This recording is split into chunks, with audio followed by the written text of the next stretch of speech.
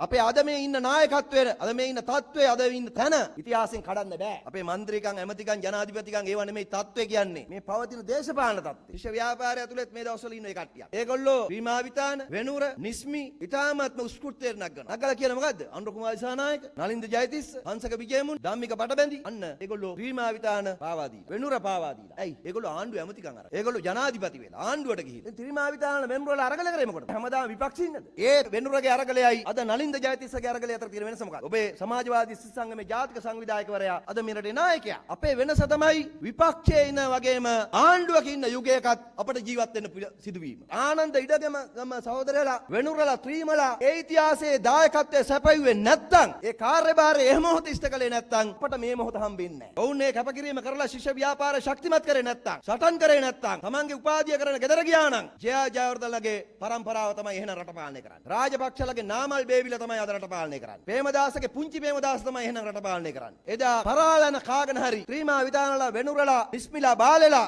අරගලය කරපු නිසා අද පුංචි ප්‍රේමදාසලා පරාදයි. නාමල් බේවිල ගෙදර ගියා. ආයි නැවත එන්න දෙන්නේ නැහැ. ඉතිහාසෙ කවදාවත් ඒ යුගය එන්න දෙන්නේ නැහැ කියන එක සාතිකයි. වෙනුරලගේ ත්‍රීමලාගේ යුගයේ මේ ඇවිල්ලා තියෙන්නේ. ඒ යුගයේ නියෝජනය කරන්න වෙනුර ත්‍රීම නොහිටියට සමාජවාදී සිසු සංගමේ 90 දශකයේ පළවෙනි ජාතික සංවිධායකවරයා අනුර දිසානායක සහෝදරයා ඒක හරියටම ඉෂ්ට කරනවා. වෙනුරලට ත්‍රීමලාට ශක්තිය දෙන්නම ඒ වගකීම ඉෂ්ට කරනවා. සැකයක් නෑ අපට ඒක.